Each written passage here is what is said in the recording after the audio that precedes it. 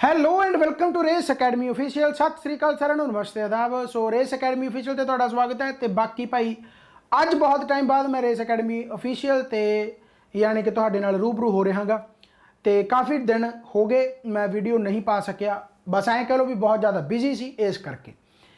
ਤੇ ਹੁਣ ਕੁਝ ਜ਼ਰੂਰੀ ਗੱਲਾਂ ਜਿਹੜੀਆਂ ਕਿ ਮੈਨੂੰ ਆਮ ਤੌਰ ਤੇ ਹਰ ਰੋਜ਼ ਕਾਲਾਂ ਆਉਂਦੀਆਂ ਤੇ ਕੁਝ ਨਾ ਕੁਝ ਐਸੇ ਸਵਾਲ ਕੁਐਸਚਨ ਜੋ ਆਮ ਤੌਰ ਤੇ ਮੈਨੂੰ ਪੁੱਛਦੇ ਹੀ ਰਹਿੰਦੇ ਆ।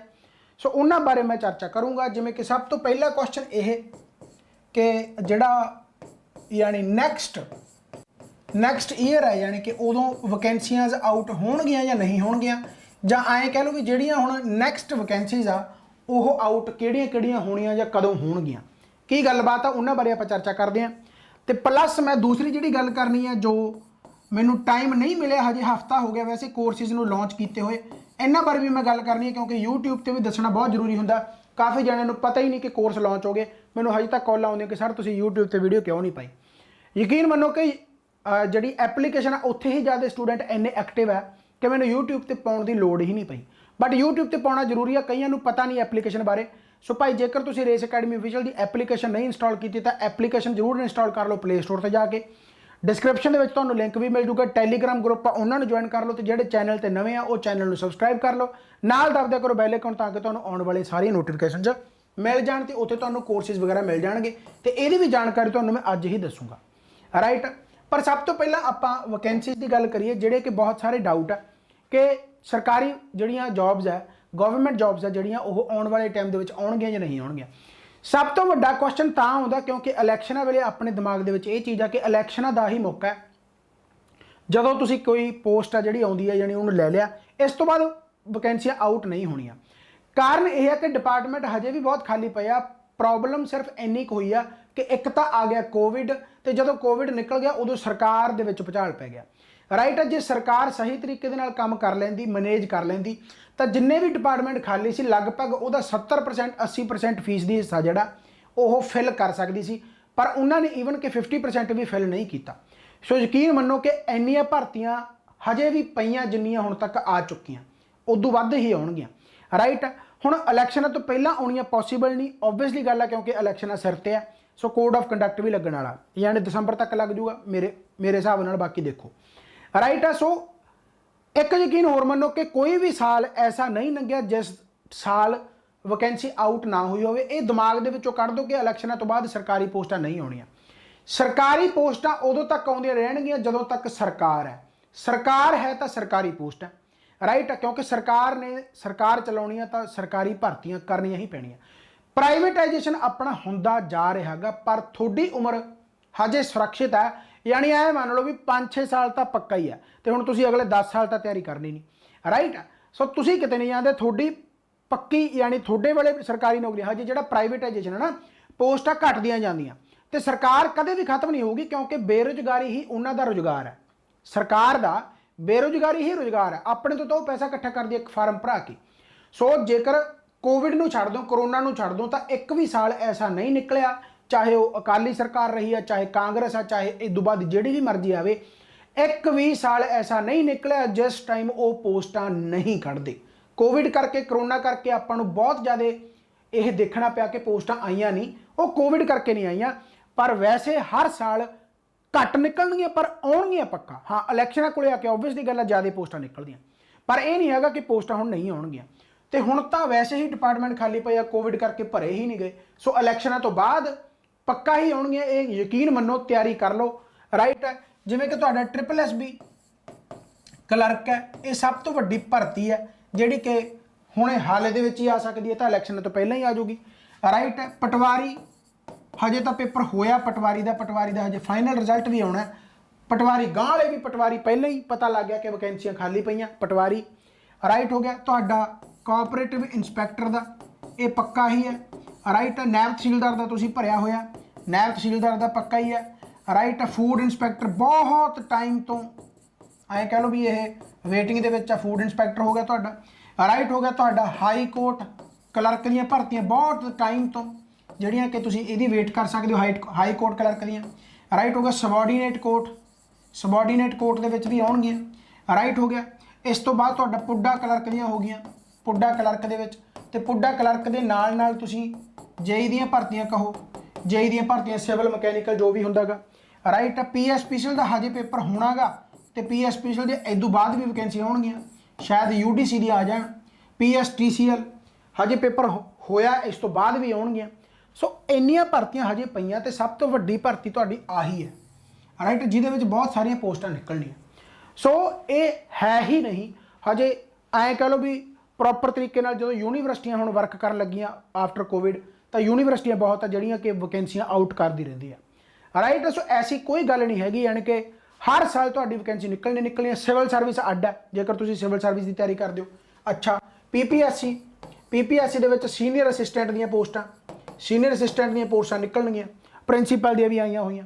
ਸੋ ਗ੍ਰੈਜੂਏਸ਼ਨ ਬੇਸ ਤੇ ਜੇਕਰ ਭਰਤੀਆਂ ਦੇਖੋ ਤਾਂ ਆਹ ਬਣਦੀ ਆ, ਆਹ ਬਣਦੀ ਆ, ਆਹ ਬਣਦੀ ਆ, ਆਹ ਬਣਦੀ ਆ, ਆਹ ਵੀ ਬਣਦੀ ਆ, ਆਹ ਵੀ ਬਣਦੀ ਆ, ਆਹ ਵੀ ਬਣਦੀ ਆ, ਆਹ ਵੀ ਬਣਦੀ ਆ। ਇਹਨਾਂ ਨੂੰ ਚਲੋ ਫਿਰ ਵੀ ਟੈਕਨੀਕਲ ਦੇ ਵਿੱਚ ਗਿਣ ਸਕਦੇ ਹੋ। ਸੋ ਇਹੋ ਜਿਹੀ ਕੋਈ ਗੱਲ ਨਹੀਂ ਹੈਗੀ ਕਿ ਵੈਕੈਂਸੀਆਂ ਨਹੀਂ ਆਉਣੀਆਂ। ਸੋ ਆਪਣੀ ਤਿਆਰੀ ਜਾਰੀ ਰੱਖੋ। ਜੇਕਰ ਤੁਸੀਂ ਸਿਲੇਬਸ ਕਵਰ ਕੀਤਾ ਹੋਇਆ, ਪਲੀਜ਼ ਉਹਨਾਂ ਦੀ ਰਿਵੀਜ਼ਨ ਕਰਦੇ ਹੀ ਰਹੋ, ਠੀਕ ਹੈ। ਹੁਣ ਇਹ ਤਾਂ ਤੁਹਾਨੂੰ ਕਰਤਾ ਮੋਟੀਵੇਟ ਕਿ ਭਾਈ ਪੋਸਟਾਂ ਆਉਣੀਆਂ ਹੀ ਆਉਣੀਆਂ, ਇਹ ਗਰੰਟੀ ਹੈ। ਸਰਕਾਰ ਦਾ ਰੁਜ਼ਗਾਰ ਮਰ ਜਾਊ।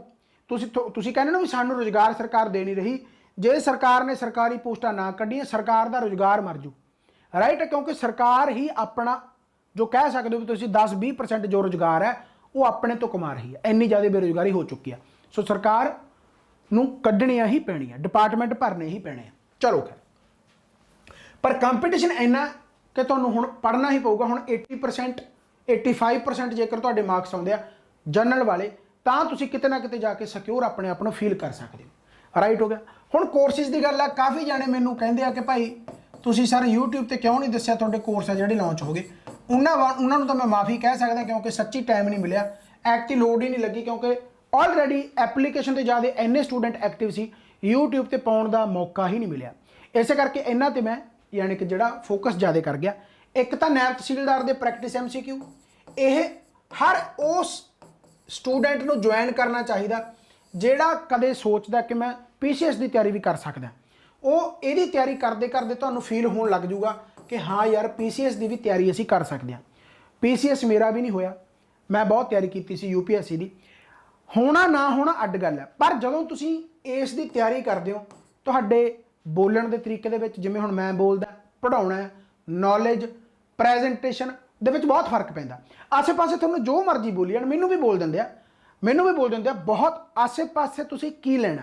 ਪਰ ਜਦੋਂ ਤੁਸੀਂ ਇਸ ਤਰੀਕੇ ਦੀ ਨੌਲੇਜ ਲੈ ਲਈ, ਯਕੀਨ ਮੰਨੋ ਕਿ ਪੇਪਰ ਤੇ ਓਬਵੀਅਸਲੀ ਗੱਲ ਹੈ, ਭਰਤੀ ਜਦੋਂ ਇੰਨੀ ਘੱਟ ਨਿਕਲਦੀ ਹੈ, ਥੋੜੀਆਂ ਪੋਸਟਾਂ ਨਿਕਲਦੀਆਂ, ਤਾਂ ਲੱਗਣਾ ਤਾਂ ਉਨੇ ਜਾਣੇ ਨਹੀਂ ਹੈ। ਤਿਆਰੀ ਤਾਂ ਬਹੁਤ ਕਰਦੇ ਆ, ਲੱਗਣਾ ਤਾਂ ਹੁਣ 7-8 ਜੋ ਵੀ 19 ਪੋਸਟਾਂ ਜਿੰਨੀਆਂ ਵੀ ਹੋਣਗੀਆਂ, ਲੱਗਣਾ ਤਾਂ ਉਨੇ ਜਾਣੇ ਨੇ ਆ। ਸਵਾਦ ਇਹ ਆ ਕਿ ਆਪਾਂ ਆਪਣਾ 100% ਦੇ ਰਹੇ ਆ ਜਾਂ ਨਹੀਂ। ਜੇ ਤੁਸੀਂ ਆਪਣਾ 100% ਨਹੀਂ ਦੇ ਰਹੇ ਤਾਂ ਗਲਤੀ ਉੱਥੇ ਆ। ਆਪਣਾ 100% ਦੇਣ ਤੋਂ ਬਾਅਦ ਨਹੀਂ ਹੋਇਆ, ਘੱਟੋ ਘੱਟ ਆਪਣੇ ਆਪ ਦੀ ਨਿਗਾਹ ਦੇ ਵਿੱਚ ਤੁਸੀਂ ਸਹੀ ਹੋ। ਲੋਕਾਂ ਲਈ ਤਾਂ ਆਪਾਂ ਉਦੋਂ ਤੱਕ ਗਲਤ ਰਹਾਂਗੇ, ਕੋਈ ਚੱਕਰ ਨਹੀਂ, ਕਦੇ ਪਰਵਾਹ ਨਹੀਂ ਕਰੀਦੀ ਹੁੰਦੀ। ਸਿਰਫ ਆਪਣੇ ਜ਼ਮੀਰ ਦੇ ਨਾਲ ਧੋਖਾ ਨਹੀਂ ਕਰਨਾ, ਆਪਣੇ ਜ਼ਮੀਰ ਨੂੰ ਕਹਿਣਾ ਕਿ ਹਾਂ ਯਾਰ ਮੇਰਾ ਪੜ੍ਹਨ ਦਾ ਜੀ ਕਰਦਾ ਤੇ ਮੈਂ 100% ਦੇਣਾ। ਰੇਸ ਹੁੰਦੀ ਆ, ਦੌੜ ਹੁੰਦੀ ਆ, ਜਿੰਨੇ ਵੀ ਤੁਸੀਂ ਓਲੰਪਿਕ ਦੇ ਵਿੱਚ ਤਾਂ ਉਹੀ ਜਾਂਦੇ ਨੇ ਜਿਹੜੇ ਆਪਣੇ ਏਰੀਆ ਦੇ ਵਿੱਚ, ਆਪਣੇ ਕੰਟਰੀ ਦੇ ਵਿੱਚ ਸਭ ਤੋਂ ਜ਼ਿਆਦਾ ਮਸ਼ਹੂਰ ਤੇ ਸਭ ਤੋਂ ਜ਼ਿਆਦਾ ਕੈਪੇਬਲ ਹੁੰਦੇ ਆ। ਉਹ ਵੀ ਤਾਂ ਜਾ ਕੇ ਓਲੰਪਿਕ ਦੇ ਵਿੱਚ ਹਾਰਦੇ ਆ, ਤੇ ਫਿਰ ਆਪਾਂ ਉਹਨਾਂ ਨੂੰ ਗਾਲਾਂ ਕੱਢੀਆਂ ਉਹਨਾਂ ਨੂੰ ਘਰੇ ਬੈਠ ਕੇ। ਤਾਂ ਗਾਲਾਂ ਜਾਂ ਪੁੱਠਾ ਸਿੱਧਾ ਉਹੀ ਬੋਲਦਾ ਜਿਹਨੇ ਆਪ ਕੱਖ ਨਹੀਂ ਕਰਨਾ, ਰਾਈਟ। ਸੋ ਉਹਨਾਂ ਦਾ ਤਾਂ ਤੁਸੀਂ ਜ਼ਿਕਰ ਹੀ ਨਹੀਂ ਕਰਨਾ ਆਪਣੀ ਜ਼ਿੰਦਗੀ ਦੇ ਵਿੱਚ। ਨੈਗੇਟਿਵਿਟੀ ਨੂੰ ਮਾਰੋ ਭਗਾ ਕੇ, ਜੋ ਤੁਹਾਨੂੰ ਪੋਜ਼ਿਟਿਵਿਟੀ ਦਿੰਦਾ ਤੁਸੀਂ ਉਹਨੂੰ ਰੱਖਣਾ। ਜਦੋਂ ਵੀ ਭੱਜਣਾ, ਜਦੋਂ ਵੀ ਦੌੜਨਾ, ਜਦੋਂ ਵੀ ਤਿਆਰੀ ਕਰਨੀ ਆ, ਘੋੜੇ ਵਾਂਗੂ ਕਰਨੀ ਆ ਕਿ ਆਸੇ-ਪਾਸੇ ਤੁਸੀਂ ਕਿਸੇ ਨੂੰ ਨਹੀਂ ਦੇਖਣਾ, ਰਾਈਟ। ਸੋ ਆਹ ਜੇਕਰ ਕੋਰਸ ਤੁਸੀਂ ਲਓਗੇ ਤਾਂ ਆਪਣੇ ਆਪ ਤੁਹਾਨੂੰ ਐਸਾ ਡਿਫਰੈਂਸ ਪਤਾ ਲੱਗੂਗਾ ਕਿ ਹਾਂ ਯਾਰ, ਜੇ ਆਪਾਂ ਇਲੈਕਸ਼ਨ ਕਮਿਸ਼ਨ ਪੜ੍ਹ ਰਹੇ ਹਾਂ ਤਾਂ ਇਲੈਕਸ਼ਨ ਕਮਿਸ਼ਨ ਤੇ ਆਪਾਂ ਇਹੋ ਜਿਹੇ ਕੁਐਸਚਨ ਕੀਤੇ ਆ ਕਿ ਯਾਰ ਪੂਰਾ ਇਲੈਕਸ਼ਨ ਕਮਿਸ਼ਨ ਹੀ ਪੂਰਾ ਹੋ ਗਿਆ, ਟੌਪਿਕ ਹੀ ਪੂਰਾ ਹੋ ਗਿਆ। ਜੇ ਆਪਾਂ ਫੰਡਾਮੈਂਟਲ ਰਾਈਟ ਤੇ MCQ ਕਰ ਰਹੇ ਹਾਂ ਤਾਂ ਪੂਰਾ ਫੰਡਾਮੈਂਟਲ ਰਾਈਟ ਹੀ ਕਵਰ ਹੋ ਗਿਆ। ਇਹਨਾਂ ਵਿੱਚ ਉਹ ਕੁਐਸਚਨ ਆਉਣ ਦੀ ਬਹੁਤ ਘੱਟ ਸੰਭਾਵਨਾ ਹੈ ਕਿ ਫੰਡਾਮੈਂਟਲ ਰਾਈਟ ਤੁਸੀਂ ਕਿੱਥੋਂ ਲਿਆ, ਐਮਰਜੈਂਸੀ ਪ੍ਰੋਵੀਜ਼ਨ ਤੁਸੀਂ ਕਿੱਥੋਂ ਲਿਆ। ਵਨ ਲਾਈਨਰ ਕੁਐਸਚਨ ਆਉਣ ਦੇ ਬਹੁਤ ਘੱਟ ਚਾਂਸ ਹੈ। ਆ ਜਾਣਗੇ ਤੁਹਾਡੇ, ਉਹ ਤਾਂ ਕਵਰ ਐਵੇਂ ਹੀ ਹੋ ਜਾਣਗੇ ਜਿਵੇਂ ਤੁਰੇ ਜਾਂਦੇ ਤੁਸੀਂ ਆਨਸਰ ਲਾ ਦਿੰਦੇ ਹੋ, ਰਾਈਟ। ਯਾਨੀ ਜੀਕੇ ਨੂੰ ਜੇਕਰ ਬਹੁਤ ਵਧੀਆ ਤਰੀਕੇ ਦੇ ਨਾਲ ਪੜ੍ਹਨਾ ਹੈ, ਆਲਰੇਡੀ ਮੈਂ ਪੋਲਿਟੀ ਦੇ 4 ਲੈਕਚਰ ਪੜ੍ਹਾ ਰੱਖੇ ਆ, ਤੁਸੀਂ ਜਾ ਕੇ ਪਲੇਲਿਸਟ ਦੇ ਵਿੱਚ ਜਾ ਕੇ ਦੇਖੋ। ਜੇਲ੍ਹ ਵਾਰਡਨ ਦਾ ਪੇਪਰ ਆ, ਪਟਵਾਰੀ ਦਾ ਪੇਪਰ ਆ, SI ਦਾ ਪੇਪਰ ਆ, बहुत सारे कांस्टेबल पेपर है, हैड कांस्टेबल पेपर आ, PSTCL पेपर आ, PSPCL पेपर आऊगा। यकीन मनो कि एक भी क्वेश्चन तुहानूं उत्थों बाहर नहीं मिलूगा। पर मैं ये नहीं कहूँगा कि जीके खत्म होगी जे एक भी क्वेश्चन तुहानूं बाहरों नहीं मिलिया, राइट। कारण ਉਹਦਾ ਇਹ है कि जीके बहुत वास्ट है, जीके की गारंटी नहीं ली जा सकती। जे तुसीं वो चारे लैक्चर देखे भी होया पॉलिटी के, ਜਦੋਂ ਤੁਸੀਂ नायब तहसीलदार ਦੇ ਵਿੱਚ MCQ करोगे ਤੁਹਾਨੂੰ ਉਹ ਚਾਰੇ ਲੈਕਚਰ ਵੀ ਘੱਟ ਲੱਗਣ ਲੱਗ ਜਾਣਗੇ, ਲੱਗੂਗਾ ਕਿ ਹਾਂ ਯਾਰ ਹਜੇ ਹੋਰ ਪੜਨ ਦੀ ਵੀ ਲੋੜ ਆ। ਸੋ ਕਹਿਣ ਦਾ ਮਤਲਬ ਕੀ ਆ ਕਿ ਜਦੋਂ नायब तहसीलदार ਦੇ ਜਿਹੜਾ ਮੈਂ ਕੋਰਸ ਲਾਂਚ ਕੀਤਾ ਇਹਦੀ ਡਿਟੇਲ ਤਾਂ ਤੁਹਾਨੂੰ ਐਪਲੀਕੇਸ਼ਨ ਦੇ ਵਿੱਚ ਹੀ ਮਿਲੂਗੀ। ਐਪਲੀਕੇਸ਼ਨ ਕਰੋ ਇੰਸਟਾਲ, ਤੁਹਾਨੂੰ ਉੱਥੇ ਸਾਰੀ ਡਿਟੇਲ ਮਿਲ ਜੂਗੀ।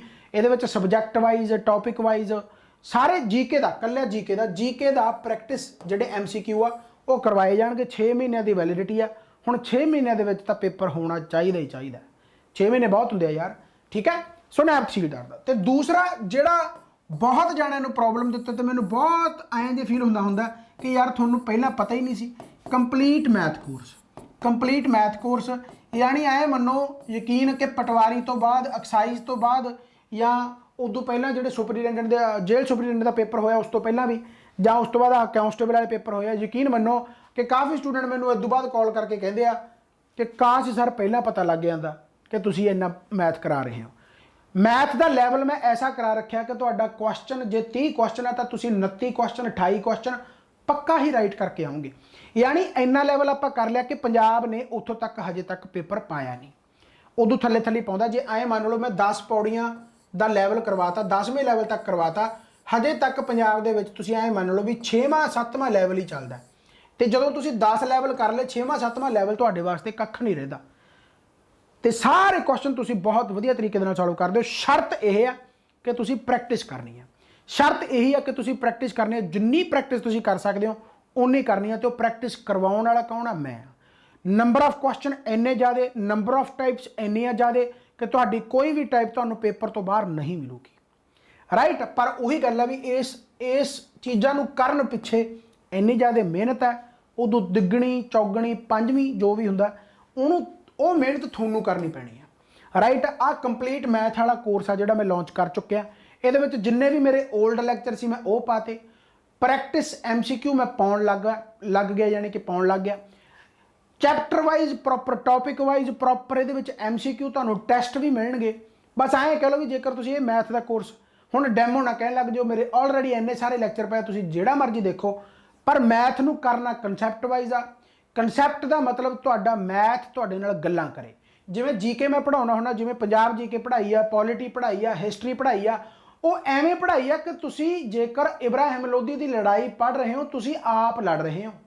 जे पंजाब जीके पढ़ाई है तो पंजाब जीके एवें पढ़ाई है कि जेकर तुसी वॉर्स बारे पढ़ रहे हो तो तुसी आप लड़ रहे हो, तुहानूं पता होवे उन्हां गल्लां बारे, राइट। जे कंसैप्ट वाइज तैयारी करनी है तो हजे मैं होर भी लैक्चर आ जिहड़े तुहाडे सामने बहुत सोहणे सोहणे लैवल के जिहड़े कि प्रिपेयर कर रहे हैं तो तुहाडे आउण वाले टाइम तक हो जाणगे। अच्छा, अज वीडियो पाउण दा मकसद सिर्फ इन्ना ही सीगा कि अज हैगा सैटरडे, कल नूं हैगा संडे, राइट। कल नूं हैगा संडे, यानी कि तुहाडे कोले पूरा दिन है, तुसीं एप्लीकेशन इंस्टॉल करके उत्थे बहुत सारे वीडियोज़ देख सकते हो, प्रॉपर तरीके दे नाल एनालिसिस कर सकते हो, प्रॉपर तरीके दे नाल ऐ कह सकते हो भी तुसीं हाँ यार भी किसी लैवल की तैयारी असीं कर रहे हैं, तो उसनूं तुसीं ज्वाइन कर सकते हो, राइट। अज सैटरडे सीगा, अज भी मैं बिजी सीगा। तुहाडा ऐ मान लो भी मंडे नूं भी मैं थोड़ा जा बिजी हाँ, हो सकता मैं ईवनिंग तक यानी कि थोड़ा जा फ्री हो जा। ईवनिंग तक हो गया तो मैं ईवनिंग तो प्रॉपर कंटिन्यू कर दूंगा लैक्चर, तो नहीं फिर ट्यूसडे तो लैक्चर तुहाडे कंटिन्यू हो जाने हैं। हालांकि मैं कदे भी जो कोर्स लॉन्च कर दिंदा मैं यूट्यूब पर पहला दसदा हुंदा, क्योंकि जिन्हां ने आउणा आ जाओ। ऐकती होया कि यूट्यूब पर आउण दा मौका नहीं मिला, पहले स्टूडेंट इन्ने आ गए तो मैनूं नाल दी नाल ही प्रॉपर तरीके दे नाल स्टार्ट करना पै गया। सो नैब दे विच ऑलरेडी मेरे 3 या मैनूं लगदा शायद 4 लैक्चर हो चुके हैं। इस तरीके दे नाल मैथ दे विच ओल्ड लैक्चर तो चलो मैं सारे ही पाते, ये भी 4-5 लैक्चर हो चुके हैं, तो हजे होर बहुत सारे लैक्चर आने हैं, ठीक है। पर यह यकीन मान लो कि तुसीं तैयारी जेकर सबजैक्ट की कर रहे हो, मैं जीके ते मैथ का इसे करके लॉन्च किया नायब तहसीलदार का, भी जेकर तुसीं इहदी तैयारी कर रहे हो तो ऐ मान लो भी इदों बाद पढ़न की होर लोड़ नहीं हैगी, ठीक है। क्योंकि उही इन्ना ज़्यादा मैं पढ़ा दूंगा कि यानी कि उस तो बाहर आउण दे बहुत घट चांस होणगे, तो जे बाहर आउणगे तो फिर सारे वास्ते बाहर होणगे, राइट। मैथ तो चलो फिर भी मैं गारंटी लै सकदा, जीके बहुत वास्ट है, जीके दे विच फिर भी कुछ ना कुछ तुहानूं नवां मिल जूगा, ਰਾਈਟ ਹੈ। ਸਾਰੀ ਉਮਰ ਪੜ੍ਹੀ ਜਾਓ, ਜੀਕੇ ਨਹੀਂ ਕਦੇ ਖਤਮ ਹੋ ਸਕਦੀ। ਸੋ ਜੀਕੇ ਦਾ ਤੁਸੀਂ ਐਂ ਮੰਨ ਲਓ ਵੀ 90 to 95%, 96% ਈਵਨ ਕਿ ਹੁਣ ਤੱਕ ਤਾਂ ਚਲੋ 100% ਹੀ ਹੈ ਜੀਕੇ ਦਾ ਪੋਰਸ਼ਨ, ਠੀਕ ਹੈ। ਜੇ ਆਪਾਂ ਕਰੰਟ ਸਟੈਟਿਕ ਨੂੰ ਛੱਡ ਦਈਏ ਤੇ ਕਰੰਟ ਅਫੇਅਰਸ ਨੂੰ ਛੱਡ ਦਈਏ ਤਾਂ ਬਾਕੀ ਪੋਰਸ਼ਨ ਤਾਂ ਤੁਹਾਨੂੰ ਫਿਰ ਵੀ ਕੀਤਿਆਂ ਕਰਾਇਆਂ ਚੋਂ ਆਇਆ ਹੀ ਹੈ। ਪਰ ਕੋਸ਼ਿਸ਼ ਕਰਾਂਗੇ ਕਿ ਇਸ ਵਾਰ ਤੁਹਾਡਾ ਜਿਹੜਾ ਨਾਇਬ ਤਹਿਸੀਲਦਾਰ ਦਾ ਬੈਚ ਮੈਂ ਲਾਂਚ ਕੀਤਾ MCQ ਦਾ, ਆਲਰੇਡੀ ਇੰਨੇ ਜ਼ਿਆਦਾ ਸਟੂਡੈਂਟ ਆ। ਤੁਸੀਂ ਜੇਕਰ ਪਲੀਜ਼ ਤੁਸੀਂ ਨਾਇਬ ਤਹਿਸੀਲਦਾਰ ਦੇ ਵਿੱਚ ਹੈਗੇ ਹੋ, ਆਪਣਾ ਰਿਵਿਊ ਤੁਸੀਂ ਕਮੈਂਟ ਬਾਕਸ ਦੇ ਵਿੱਚ ਦੱਸ ਸਕਦੇ ਹੋ ਤਾਂ ਕਿ ਬਾਕੀਆਂ ਨੂੰ ਵੀ ਪਤਾ ਲੱਗੇ ਕਿ ਹਾਂ ਯਾਰ ਇਸ ਤਰੀਕੇ ਦੀ ਤਿਆਰੀ ਕੀਤੀ ਜਾ ਸਕਦੀ ਹੈ। ਬਟ ਇਹ ਨੈਗੇਟਿਵਿਟੀ ਨੂੰ ਦੂਰ ਕਰੋ, ਕੋਈ ਚੱਕਰ ਨਹੀਂ ਹੈਗਾ, ਕੋਈ ਤੁਹਾਡੇ ਆਸੇ-ਪਾਸੇ ਨੈਗੇਟਿਵ ਹੈ, ਤੁਹਾਡੇ ਘਰ ਦੇ ਆ ਜਾਂ ਤੂੰ ਕੋਈ ਵੀ ਆ, ਸਿਰਫ ਆਪਣੇ ਆਪ 'ਚ ਪੋਜ਼ਿਟਿਵਿਟੀ ਲਿਆਓ। ਇੱਕ ਵੀਡੀਓ ਨੂੰ ਦੇਖ ਕੇ ਮੋਟੀਵੇਟ ਨਹੀਂ ਹੋਣਾ ਤੇ ਨਾ ਹੀ ਇੱਕ ਵੀਡੀਓ ਨੂੰ ਦੇਖ ਕੇ ਡੀਮੋਟੀਵੇਟ ਹੋਣਾ। ਸੈਲਫ ਮੋਟੀਵੇਟ ਹੋਣਾ ਸਿੱਖੋ। ਬਸ ਐਂ ਕਹ ਲਓ ਵੀ ਤੁਸੀਂ ਆਪਣੇ ਆਪ ਦੇ ਹੋ, ਕੋਈ ਹੋਰ ਕਿਸੇ ਦਾ ਨਹੀਂ, ਠੀਕ ਹੈ। ਚੰਗੀ ਲੱਗਦੀ ਹੈ ਰਹਿ, ਉਹਨੂੰ ਰੱਖੋ, ਨਹੀਂ ਲੱਗਦੀ ਤਾਂ ਉਹਨੂੰ ਭਗਾ ਕੇ ਮਾਰੋ। ਪਰ ਜਿੰਨਾ ਤੁਸੀਂ ਆਪਣੇ ਆਪ ਦਾ ਸਹੀ ਕਰ ਸਕਦੇ ਹੋ ਹੋਰ ਕੋਈ ਨਹੀਂ ਕਰ ਸਕਦਾ। ਸੈਲਫ ਸਟੱਡੀ ਹਮੇਸ਼ਾ ਕੰਮ ਆਊਗੀ। ਜਿੰਨਾ ਤੁਸੀਂ ਹੁਣ ਪੇਪਰ ਕਰੈਕ ਕਰਨ ਦੇ ਜਾਂ ਪੜ੍ਹਨ ਦੇ ਤਰੀਕੇ ਕੀ ਆ ਉਹ ਮੈਂ ਦੱਸ ਦਿੰਦਾ। 3-4 ਪੁਆਇੰਟ ਆ ਜਿਹੜੇ ਤੁਸੀਂ ਪੱਕਾ ਹੀ ਪੜ੍ਹਾਈ ਕਰਨ ਵੇਲੇ ਰੱਖਣੇ ਆ। ਇੱਕ ਤਾਂ ਓਨੈਸਟੀ, ਇਹ ਓਨੈਸਟੀ ਤੁਸੀਂ ਆਪਣੇ ਆਪ ਨਾਲ ਰੱਖਣੀ ਹੈ, ਲੋਕਾਂ ਦੇ ਨਾਲ ਬਾਕੀਆਂ ਨਾਲ ਰੱਖਣੀ ਹੈ, ਨਾ ਰੱਖੋ ਕੋਈ ਚੱਕਰ ਨਹੀਂ। ਓਨੈਸਟੀ ਆਪਣੀ ਪੜ੍ਹਾਈ ਦੇ ਨਾਲ, ਯਾਨੀ ਕਿ ਜਦੋਂ ਤੁਸੀਂ ਪੜ੍ਹ ਰਹੇ ਹੋ ਤਾਂ ਉਦੋਂ ਪ੍ਰੋਪਰ ਤਰੀਕੇ ਦੇ ਨਾਲ ਐਸੀ ਪੜ੍ਹਾਈ ਹੋਣੀ ਚਾਹੀਦੀ ਹੈ। ਮੇਰਾ ਕਿਤੇ ਮਾਈਕ ਤਾਂ ਨਹੀਂ ਬੰਦ ਹੋ ਗਿਆ? ਹਾਂ, ਪ੍ਰੋਪਰ ਤਰੀਕੇ ਦੇ ਨਾਲ ਐਸੀ ਤਿਆਰੀ ਹੋਣੀ ਚਾਹੀਦੀ ਹੈ, ਐਸੀ ਇਮਾਨਦਾਰੀ ਹੋਣੀ ਚਾਹੀਦੀ ਹੈ ਕਿ ਜੇਕਰ ਤੁਸੀਂ ਪੜ੍ਹ ਰਹੇ ਹੋ ਤਾਂ ਆਸੇ-ਪਾਸੇ ਫੋਨ ਨਹੀਂ ਹੋਣਾ ਚਾਹੀਦਾ। ਆਨਲਾਈਨ ਪੜ੍ਹਦੇ ਹੋ ਤਾਂ ਸਿਰਫ ਉਹੀ ਐਪਲੀਕੇਸ਼ਨ ਜਿੱਥੋਂ ਤੁਸੀਂ ਪੜ੍ਹ ਰਹੇ ਹੋ। ਕਿਤਾਬ ਤੋਂ ਪੜ੍ਹ ਰਹੇ ਹੋ ਤਾਂ ਆਸੇ-ਪਾਸੇ ਡਿਜੀਟਲ ਦੁਨੀਆ ਤੋਂ ਤੁਹਾਨੂੰ ਬਾਹਰ ਹੋਣਾ ਚਾਹੀਦਾ। ਬਸ ਐਂ ਕਹਿ ਲਓ ਵੀ 3 ਜਾਂ 4 ਘੰਟੇ ਤੋਂ ਅਸੀਂ ਡਿਜੀਟਲ ਪੜ੍ਹਨਾ, ਬਾਕੀ ਆਫਲਾਈਨ ਹੀ ਪੜ੍ਹਨਾ। ਜੇਕਰ ਤੁਹਾਨੂੰ ਕੋਈ ਵੀ ਮਹਾਸ਼ਾ ਇਹ ਕਹਿੰਦਾ ਕਿ ਆਫਲਾਈਨ ਪੜ੍ਹਾਈ ਖਤਮ ਹੋ ਗਈ ਤਾਂ ਇਹ ਕਦੇ ਪੋਸੀਬਲ ਨਹੀਂ। ਆਫਲਾਈਨ ਪੜ੍ਹਾਈ ਕਦੇ ਖਤਮ ਨਹੀਂ ਹੋ ਸਕਦੀ। ਡਿਵੈਲਪ ਕੰਟਰੀ ਜਿਵੇਂ ਆਪਾਂ ਤਾਂ ਡਿਵੈਲਪਿੰਗ ਆ, ਡਿਵੈਲਪਿੰਗ ਦੇ ਵਿੱਚ ਆਪਾਂ ਤਾਂ ਜਿਹੜੇ ਅਮਰੀਕਾ ਵਰਗੇ, ਕੈਨੇਡਾ ਵਰਗੇ ਆਪਣੇ ਤੋਂ 30-30 ਸਾਲ ਅੱਗੇ ਆ, ਉਹ 30-30 ਸਾਲ ਅੱਗੇ ਆ, ਤਾਂ ਉੱਥੇ ਵੀ ਆਫਲਾਈਨ ਅਕੈਡਮੀ ਅੱਜ ਤੱਕ ਖਤਮ ਨਹੀਂ ਹੋਈ। ਆਨਲਾਈਨ ਉੱਥੇ ਜ਼ਿਆਦਾ ਚੱਲਦਾ ਆਪਣੇ ਨਾਲੋਂ ਤੇ ਬਹੁਤ ਟਾਈਮ ਤੋਂ ਚੱਲਦਾ, ਪਰ ਆਫਲਾਈਨ ਕਦੇ ਖਤਮ ਨਹੀਂ ਹੋ ਸਕਦਾ ਤੇ ਆਫਲਾਈਨ ਵਰਗੀ ਪੜ੍ਹਾਈ ਕਦੇ ਵੀ ਹੋ ਨਹੀਂ ਸਕਦੀ। ਰਾਈਟ। ਪਰ 3-4 ਘੰਟੇ ਜੇਕਰ ਤੁਸੀਂ ਆਨਲਾਈਨ ਪੜ੍ਹ ਕੇ ਆਫਲਾਈਨ ਕਰਦੇ ਹੋ ਅੱਜ ਦੇ ਟਾਈਮ 'ਚ, ਕਿਉਂਕਿ ਆਨਲਾਈਨ ਪੜ੍ਹਨਾ ਪੈਂਦਾ, ਮੇਰੇ ਵੀ ਕੋਰਸ ਸਾਰੇ ਆਨਲਾਈਨ ਹੀ ਆ, ਰੱਬ ਮਿਹਰ ਕਰੂਗਾ ਆਪਾਂ ਆਫਲਾਈਨ ਦੇ ਵਿੱਚ ਵੀ ਆਵਾਂਗੇ। ਰਾਈਟ। ਤਾਂ 3-4 ਘੰਟੇ ਡਿਜੀਟਲ ਪੜ੍ਹ ਕੇ ਆਫਲਾਈਨ ਪੜ੍ਹੋਗੇ ਤਾਂ ਜ਼ਿਆਦਾ ਫਾਇਦਾ ਮਿਲੂਗਾ, ਇਹ ਗਰੰਟੀ ਮੈਂ ਦੇ ਰਿਹਾ। ਕਿਤਾਬਾਂ ਪੜ੍ਹਨੀਆਂ ਸਿੱਖੋ। ਯਾਨੀ ਜੇ ਮੰਨ ਲਓ ਮੇਰਾ ਮੈਥ ਦਾ ਕੋਰਸ ਹੈ, ਜਦੋਂ ਤੁਸੀਂ ਮੈਥ ਦੇ ਵੀਡੀਓ ਦੇਖ ਲਈ ਜਾਂ ਕੋਈ ਚੈਪਟਰ ਕੰਪਲੀਟ ਕਰ ਲਿਆ, ਕੋਈ ਵੀ ਕਿਤਾਬ ਦੁਨੀਆ ਜਹਾਨ ਦੀ ਹੋਵੇ ਜਿੱਥੇ ਉਹ ਚੈਪਟਰ ਹੈਗਾ, ਸੋਲਵ ਕਰੋ। ਆਪਣੀ ਬੁੱਕ ਲੈਣੀ ਆ ਆਪਣੀ ਬੁੱਕ ਲਓ, PDF ਲੈਣੀ ਆ PDF ਲਓ, ਜੋ ਵੀ ਹੈ। ਪਰ ਆਫਲਾਈਨ ਪੜ੍ਹਨਾ ਬਹੁਤ ਜ਼ਿਆਦਾ ਜ਼ਰੂਰੀ ਆ ਅੱਜ ਦੇ ਟਾਈਮ ਦੇ ਵਿੱਚ, ਖਾਸ ਕਰਕੇ ਜਦੋਂ ਇੰਨਾ ਜ਼ਿਆਦਾ ਡਿਜੀਟਲ ਹੋ ਚੁੱਕਿਆ ਕਿ ਤੁਹਾਨੂੰ ਡਿਜੀਟਲ ਹੀ ਪੜ੍ਹਨਾ ਪੈਣਾਗਾ। ਤਾਂ ਇੰਨਾ ਜ਼ਿਆਦਾ ਯਕੀਨ ਮੰਨੋ YouTube ਤੇ ਆਸੇ-ਪਾਸੇ ਇੰਨਾ ਕੁਝ ਪਿਆ ਵੀ ਆਪਾਂ ਉਲਝ ਜਾਂਦੇ ਹਾਂ ਤੇ ਉਸੇ ਉਲਝਣ ਦੇ ਵਿੱਚ ਆਪਣੀ ਓਨੈਸਟੀ ਖਰਾਬ ਹੁੰਦੀ ਹੈ। ਇਸ ਤੋਂ ਬਾਅਦ ਦੂਸਰਾ ਪੁਆਇੰਟ ਆਉਂਦਾ ਕੰਸਿਸਟੈਂਸੀ। ਕੰਸਿਸਟੈਂਸੀ ਦਾ ਮਤਲਬ ਇਹ ਆ ਕਿ ਤੁਸੀਂ ਡੇਲੀ 2 ਘੰਟੇ ਪੜ੍ਹ ਲਓ, ਉਹ ਜ਼ਿਆਦਾ ਵਧੀਆ ਰੈਦਰ ਦੈਨ ਕਿ ਤੁਸੀਂ ਕਿਸੇ 2 ਦਿਨ 8 ਘੰਟੇ ਪੜ੍ਹੇ ਉਦੋਂ ਬਾਅਦ ਪੜ੍ਹੇ ਹੀ ਨਹੀਂ, ਉਹ ਨੁਕਸਾਨ ਹੈ। ਮੇਰੇ ਅਕੋਰਡਿੰਗ ਆਈਡਲ ਜਿਹੜਾ ਹੈਗਾ ਉਹ 4 ਘੰਟੇ ਹੈ। ਜੇਕਰ ਤੁਸੀਂ ਡੇਲੀ 4 ਘੰਟੇ ਕੰਸਿਸਟੈਂਸੀ ਦੇ ਨਾਲ ਪੜ੍ਹਦੇ ਹੋ ਤਾਂ ਉਹ ਰਿਜ਼ਲਟ ਜ਼ਿਆਦਾ ਦਊਗਾ ਰੈਦਰ ਦੈਨ ਕਿ ਤੁਸੀਂ ਕਿਸੇ ਦਿਨ 8 ਘੰਟੇ ਪੜ੍ਹੇ ਕਿਸੇ ਦਿਨ ਪੜ੍ਹੇ ਨਹੀਂ। ਇਰੈਗੂਲਰਿਟੀ। 4 ਘੰਟੇ ਲਗਾਤਾਰ ਪੜ੍ਹੋ ਤੇ ਜਦੋਂ ਪੜ੍ਹਨਾ ਤੇ ਉਦੋਂ ਪੜ੍ਹਨਾ, ਹੋਰ ਕੁਝ ਨਹੀਂ। 4 ਘੰਟੇ ਦਾ ਮਤਲਬ 4 ਘੰਟੇ, 1 ਮਿੰਟ ਉਧਰ ਨਹੀਂ 1 ਮਿੰਟ ਇੱਧਰ ਨਹੀਂ। ਉਧਰ ਭਾਵੇਂ ਹੋ ਜੇ ਜ਼ਿਆਦਾ, ਭਾਵੇਂ ਹੋ ਜੇ, ਪਰ ਘੱਟ ਨਹੀਂ ਹੋਣਾ ਚਾਹੀਦਾ। ਇੰਨੀ ਜ਼ਿਆਦਾ ਕੰਸਿਸਟੈਂਸੀ। ਤੇ ਕੰਸਿਸਟੈਂਸੀ ਆਊ ਕਿਹਦੇ ਨਾਲ? ਓਨੈਸਟੀ ਦੇ ਨਾਲ। ਤੀਸਰਾ ਕੰਮ ਹੈਗਾ ਰੱਟਾ। ਇਹ ਐਂ ਕਹਿ ਲਓ ਵੀ ਲਾਉਣਾ ਹੀ ਨਹੀਂ, ਖਾਸ ਕਰਕੇ ਜੇਕਰ ਤੁਸੀਂ ਨਾਇਬ ਤਹਿਸੀਲਦਾਰ ਦੀ ਤਿਆਰੀ ਕਰਦੇ ਹੋ ਤੇ ਜਾਂ ਫਿਰ ਮੈਥ ਦੀ ਤਿਆਰੀ ਕਰਦੇ ਹੋ। ਜਦੋਂ ਵੀ ਤੁਸੀਂ ਨਾਇਬ ਤਹਿਸੀਲਦਾਰ ਦੇ GK ਦੀ ਤਿਆਰੀ ਕਰੋਗੇ, ਜਦੋਂ ਵੀ ਤੁਸੀਂ ਕਹਿ ਲਓ ਮੈਥ ਦੀ ਤਿਆਰੀ ਕਰੋਗੇ ਤਾਂ ਵਟ, ਵਾਈ, ਹਾਊ, ਆਹ 3 ਕੁਐਸਚਨ ਤੁਹਾਡੇ ਦਿਮਾਗ ਦੇ ਵਿੱਚ ਆਉਣੇ ਹੀ ਚਾਹੀਦੇ ਆ। ਇਲੈਕਸ਼ਨ ਕਮਿਸ਼ਨਰ ਬਾਰੇ ਜੇਕਰ ਤੁਸੀਂ ਪੜ੍ਹ ਰਹੇ ਹੋ ਤਾਂ ਇਲੈਕਸ਼ਨ ਕਮਿਸ਼ਨਰ ਕੌਣ ਹੈ? ਅਟਾਰਨੀ ਜਨਰਲ ਬਾਰੇ ਪੜ੍ਹ ਰਹੇ ਹੋ ਤਾਂ ਅਟਾਰਨੀ ਜਨਰਲ ਕੌਣ ਹੈ? ਆਪਣੀ ਪ੍ਰੈਜ਼ੈਂਟ ਲਾਈਫ ਦੇ ਵਿੱਚ ਦੇਖੋ। ਲੋਕਾਯੁਕਤਾ ਬਾਰੇ ਪੜ੍ਹ ਰਹੇ ਹੋ ਤਾਂ ਲੋਕਾਯੁਕਤਾ, ਲੋਕਪਾਲ ਕੀ ਹੈ? ਵਟ, ਵਾਈ, ਕਿਉਂ ਲੋੜ ਪਈ? ਇਲੈਕਸ਼ਨ ਕਮਿਸ਼ਨ ਦੀ ਕਿਉਂ ਲੋੜ ਪਈ? ਪ੍ਰੈਜ਼ੀਡੈਂਟ ਕੀ ਹੈ? ਪ੍ਰੈਜ਼ੀਡੈਂਟ ਕਿਉਂ ਹੈ? ਪ੍ਰੈਜ਼ੀਡੈਂਟ ਕਿਵੇਂ ਹੈ? ਆਹ ਜਦੋਂ ਕੁਐਸਚਨ ਤੁਹਾਨੂੰ ਪਤਾ ਲੱਗ ਗਏ, ਪ੍ਰੋਫਿਟ ਐਂਡ ਲਾਸ ਪੜ੍ਹਦੇ ਹੋ, ਟਾਈਮ ਐਂਡ ਵਰਕ ਪੜ੍ਹਦੇ ਹੋ। ਟਾਈਮ ਐਂਡ ਵਰਕ ਕੀ ਹੈ? ਟਾਈਮ ਐਂਡ ਵਰਕ ਕਿਉਂ ਹੈ? ਤੇ ਟਾਈਮ ਐਂਡ ਵਰਕ ਕਿਵੇਂ ਹੈ। ਜਦੋਂ ਕੀ ਕਿਵੇਂ ਤੇ ਕਿਉਂ ਪਤਾ ਲੱਗ ਗਿਆ, ਕਨਸੈਪਟ ਤੁਹਾਡੇ ਕਨਸੈਪਟ ਕਲੀਅਰ ਕਰੋ, ਰੱਟਾ ਨਹੀਂ। 99% ਜਿਹੜੀ ਤੁਹਾਡੀ ਸਟੱਡੀ ਆ ਉਹ ਵਿਦਆਊਟ ਰੱਟਾ ਹੋਣੀ ਚਾਹੀਦੀ ਆ। ਰੱਟਾ ਤਾਂ ਸਿਰਫ ਉਦੋਂ ਹੀ ਹੈ ਜਿਹੜਾ ਸਟੈਟਿਕ ਪੋਰਸ਼ਨ ਹੈ, ਸਟੈਟਿਕ ਪੋਰਸ਼ਨ ਨੂੰ ਰੱਟਾ ਮਾਰਨਾ ਹੀ ਪੈਣਾ। ਪਰ 99% ਤੁਹਾਡੇ, ਇਸੇ ਕਰਕੇ ਮੈਂ ਕਹਿੰਦਾ ਕਿ ਲੈਵਲ ਦੇ ਪੇਪਰ ਦਿਆ ਕਰੋ। ਲੈਵਲ ਦੇ ਪੇਪਰ ਦਵੋਗੇ ਤਾਂ ਜਿਹੜੇ ਛੋਟੇ ਪੇਪਰ ਆ ਉਹ ਤੁਹਾਨੂੰ ਈਜ਼ੀ ਲੱਗਣ ਲੱਗ ਜਾਣਗੇ, ਯਕੀਨ ਕਰੋ ਮੇਰੇ ਤੇ, ਰਾਈਟ। ਤੇ ਇੱਕ ਚੀਜ਼ ਕਰਨੀ, ਜਿਹੜਾ ਤਾਂ ਚਲੋ ਮੈਂ ਤੀਸਰੇ ਪੁਆਇੰਟ ਦੇ ਵਿੱਚ ਹੀ ਲਿਖਿਆ, ਇੱਕ ਜਿਹੜਾ ਚੌਥਾ ਪੁਆਇੰਟ ਆ ਸਭ ਤੋਂ ਇੰਪੋਰਟੈਂਟ ਇਹਨਾਂ ਤੋਂ ਹਟ ਕੇ, ਪ੍ਰੀਵੀਅਸ ਈਅਰ ਕੁਐਸਚਨ।